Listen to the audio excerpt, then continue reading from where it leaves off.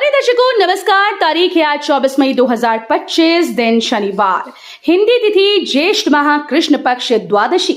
आइए नजर डालते हैं हमारे प्यारे राज्य उत्तराखंड की तमाम बड़ी खबरों पर।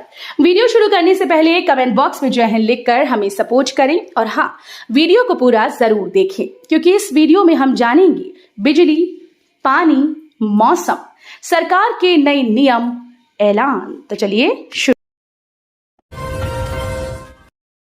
धामी सरकार अब कम अंतराल में करेगी प्रदेश मंत्रिमंडल की बैठकें, प्रस्तावों पर तेजी से होगा काम।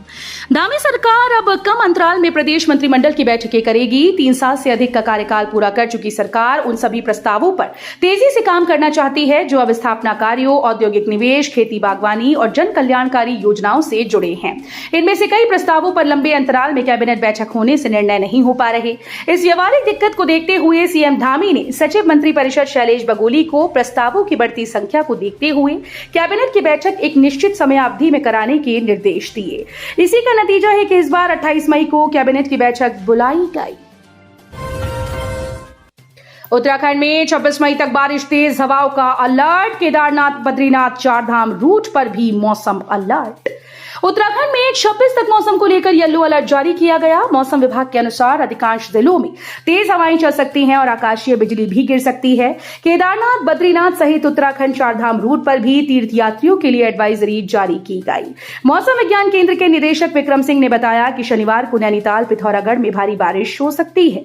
उत्तरकाशी, चमोली, रुद्रप्रयाग, बागेश्वर, पिथौरागढ़ में आकाशीय बिजली चमकने के साथ 50 किलोमीटर प्रति घंटे की रफ्तार से झोंकेदार हवाएं चल सकती हैं। उत्तराखंड में आधार कार्ड, सरकारी डॉक्यूमेंट्स बनाना नहीं होगा आसान। धामी सरकार ने किए बड़े बदलाव। उत्तराखंड में आधार कार्ड बनाना अब आसान नहीं होने वाला। मुख्यमंत्री पुष्कर सिंह धामी ने अधिकारियों को कड़े निर्देश दिए कि आधार कार्ड या फिर कोई भी अन्य सरकारी दस्तावेज बनाते वक्त आवेदक और उसके प्रमाण पत्रों का गहन सत्यापन कराने के निर्देश दिए। उन्होंने धर्मांतरण के मामलों पर अब तक जिला स्तर पर की हुई कार्रवाई की रिपोर्ट भी मांगी। सीएम आवास में आयोजित बैठक में मुख्यमंत्री ने कहा कि भ्रष्टाचार के खिलाफ निरंतर अभियान चलाया जाए। टोल फ्री नंबर 1064 का व्यापक स्तर पर प्रचार करें जिससे भ्रष्टाचार में लिप्त अफसर और कर्मचारियों पर बड़े स्तर पर कार्रवाई की जा सके। उन्होंने जिला स्तर पर सत्यापन अभियान कड़ाई से जारी रखने और संदिग्ध लोगों को चिन्हित करते हुए उनके खिलाफ कड़ी कार्रवाई करने के निर्देश दिए। 25 मई को खुलेंगे हेमकुंड साहिब के कपाट, पहले दिन के लिए 4800 रजिस्ट्रेशन। हेमकुंड साहिब के कपाट 25 मई को खुलेंगे। पहले दिन के दर्शनों के लिए अब तक 4800 यात्रियों ने पंजीकरण कराया है। कपाट खुलने के उत्सव में भाग लेने के लिए 3500 से अधिक यात्री गोविंद घाट पहुंच चुके हैं। शनिवार को यहां से 8:30 बजे पंच प्यारों के नेतृत्व में तीर्थयात्री हेमकुंड साहिब के लिए रवाना होंगे। वे रात्रि विश्राम बेस कैंप घांगरिया में करेंगे। यात्रा के लिए अब तक 67,377 तीर्थयात्रियों ने पंजीकरण कराया है। यात्रियों को दवाइयों के लिए स्टेशन से बाहर नहीं जाना पड़ेगा। जन औषधि केंद्र खुलने से मिली राहत। हरिद्वार रेलवे स्टेशन पर यात्रियों को एक और सुविधा मिल गई। अब यात्रियों को दवाइयों के लिए स्टेशन से बाहर नहीं जाना होगा। प्लेटफॉर्म पर एक जन औषधि केंद्र की शुरुआत कर दी गई। इस जन औषधि केंद्र के खुलने से यात्रियों को न केवल किफायती दरों पर दवाइयां उपलब्ध होंगी बल्कि उन्हें समय और मेहनत दोनों की बचत होगी। पहले यात्रियों को छोटी मोटी बीमारियों या जरूरत की दवाइयों के लिए स्टेशन से बाहर जाना पड़ता था जिससे उनके ट्रेन छूटने की भी संभावना बनी रहती थी। अब ये परेशानी खत्म हो गई। रेलवे प्रशासन और जन औषधि योजना के अंतर्गत ये पहल की गई है। रामनगर में पुलिस प्रशासन की बड़ी कार्रवाई, वन गुर्जरों से 25 हेक्टेयर सरकारी जमीन कब्जा मुक्त करवाई। रामनगर में पुलिस प्रशासन ने बड़ी कार्रवाई की है जिसमें वन गुर्जरों से 25 हेक्टेयर सरकारी जमीन को कब्जा मुक्त करवाया गया। इस कार्रवाई के दौरान भारी पुलिस बल तैनात रहा। मिली जानकारी के मुताबिक मालधन चौड़ के तुमड़िया खत्ता में वन गुर्जरों के करीब 18 परिवार रहते हैं। बताया गया कि इन वन गुर्जरों ने पास में ही सरकारी जमीन पर कब्जा किया हुआ था। ये सभी जमीन पर खेती का काम कर रहे थे। इस बीच वन विभाग ने इन्हें सरकारी जमीन खाली करने के लिए कहा।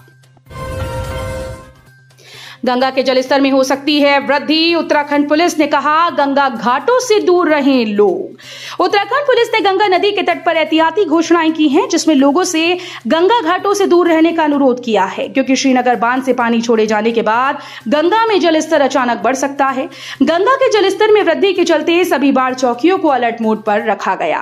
मिली जानकारी के मुताबिक ऋषिकेश में त्रिवेणी घाट पर गंगा का जलस्तर चेतावनी रेखा 339.50 मीटर को पार कर 339.52 मीटर तक पहुंच गया, जबकि खतरे का निशान 340.50 मीटर है। वहीं हरिद्वार में भी गंगा का जलस्तर चेतावनी रेखा 293 मीटर को पार कर 293.25 मीटर तक पहुंच गया है। पूर्व मंत्री हरक सिंह रावत की संपत्ति के ईडी के कुर्की आदेश पर रहेगी रोक, जानिए पूरा मामला। उत्तराखंड के पूर्व मंत्री हरक सिंह रावत से संबंधित संपत्ति मामले में ईडी के कुर्की आदेश पर 21 अगस्त तक हाईकोर्ट की ओर से रोक लगी रहेगी। न्यायमूर्ति पंकज पुरोहित की एकल पीठ के समक्ष मामले की सुनवाई हुई। मामले के अनुसार उत्तराखंड उच्च न्यायालय ने पूर्व मंत्री और कांग्रेस नेता हरक सिंह रावत से जुड़े 101 बीघा भूमि की कुर्की करने के प्रवर्तन निदेशालय के आदेश पर रोक लगा दी थी। पंजीकरण का आंकड़ा 31 लाख के पार, एक दिन में 27,000 से अधिक ने ऑफलाइन किया आवेदन। चारधाम यात्रा के लिए ऑफलाइन पंजीकरण की संख्या तेजी से बढ़ रही है। एक ही दिन में 27,000 से अधिक तीर्थयात्रियों ने ऑफलाइन पंजीकरण कराया। मई व जून माह की यात्रा के लिए ऑनलाइन पंजीकरण स्लॉट फुल होने से अब ऑफलाइन पंजीकरण में लगातार बढ़ोतरी हो रही है। प्रदेश सरकार ने चारधाम यात्रा के लिए पंजीकरण अनिवार्य कर दिया है। अब तक ऑनलाइन व ऑफलाइन पंजीकरण का आंकड़ा 31 लाख पार हो गया। पर्यटन विभाग ने 20 मार्च से ऑनलाइन पंजीकरण शुरू किया था, जिससे मई व जून माह की यात्रा के लिए स्लॉट उपलब्ध नहीं है। तीर्थयात्रियों की सुविधा के लिए 28 अप्रैल से हरिद्वार, ऋषिकेश, हरबरटपुर, नया गांव, विकासनगर में ऑफलाइन पंजीकरण शुरू किया गया था। पहली बार 22 मई को 27,000 से ज्यादा ऑफलाइन पंजीकरण किए गए।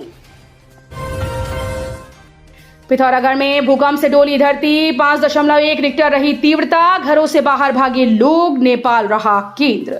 पिथौरागढ़ में भूकंप के झटकों से 2 बार धरती डोली। आपदा प्रबंधन विभाग के मुताबिक भूकंप का केंद्र नेपाल का बैतडी था। पहली बार आए भूकंप की तीव्रता 5.1, जबकि इसके बाद आए भूकंप की तीव्रता 3.1 थी। भूकंप से लोग दहशत में रहे, हालांकि कोई नुकसान इससे नहीं हुआ। सीमांत जिले में बीते बृहस्पतिवार रात 1:33 पर जिला मुख्यालय सहित धारचूला, डीडीहाट, कनाली छीना, झूला घाट सहित अन्य हिस्सों में 5.1 तीव्रता के भूकंप के झटके महसूस किए गए। कोरोना का नया वेरिएंट कितना जानलेवा, क्या लक्षण, वायरस से लड़ने को उत्तराखंड में क्या है एक्शन प्लान। देश के कई राज्यों में कोरोना के नए वेरिएंट के प्रसार को देखते हुए स्वास्थ्य विभाग ने राज्य के सभी अस्पतालों को कोरोना पॉजिटिव मरीजों की अनिवार्य रूप से जीनोम सीक्वेंसिंग करने के निर्देश दिए। शासन के निर्देश के बाद स्वास्थ्य महानिदेशक डॉक्टर सुनीता टम्टा की ओर से इस संदर्भ में निर्देश जारी कर दिए गए। देश के कई राज्यों में कोरोना के मामले बढ़ने के बाद केंद्र सरकार ने राज्यों को सतर्कता बरतने के निर्देश दिए हैं। कांवड़ यात्रा से पहले ही शुरू हो जाएगा चंडीघाट का नया पुल, इस डेट से दौड़ेंगे वाहन। एनएचएआई ने कांवड़ मेला 2025 शुरू होने से पहले नई चंडीघाट पुल पर वाहनों की आवाजाही शुरू करने की तैयारी की। अधिकारियों के अनुसार जुलाई के पहले सप्ताह में नए पुल पर वाहनों की आवाजाही शुरू हो जाएगी। फरवरी 2025 में पुल का निर्माण काम पूरा होने के बाद इसमें टेक्निकल फॉल्ट आ गया था। इस कारण पुल पर वाहनों की आवाजाही अभी शुरू नहीं हो पाई है। पब्लिक ट्रांसपोर्ट ऐप आरटीओ में लागू होगा टोकन सिस्टम। देहरादून में ये बदलाव करेगा परिवहन विभाग।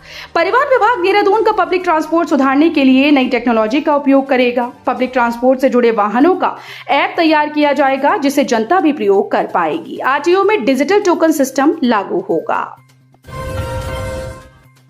गंगोत्री हाईवे पर हादसा, धरासू के पास मध्य प्रदेश के यात्रियों की बस पलटी, मची चीख पुकार। उत्तरकाशी में शुक्रवार की सुबह एक दर्दनाक हादसा हो गया। गंगोत्री हाईवे पर धरासू नालूपानी के बीच मध्य प्रदेश के यात्रियों की बस अनियंत्रित होकर सड़क पर पलट गई। गनीमत ये रही कि बस खाई में नहीं गिरी, वरना बड़ा हादसा हो सकता था। ये थी आज की फटाफट खबरें। हम मिलेंगे अगले बुलेटिन में, तब तक के लिए धन्यवाद। जय हिंद।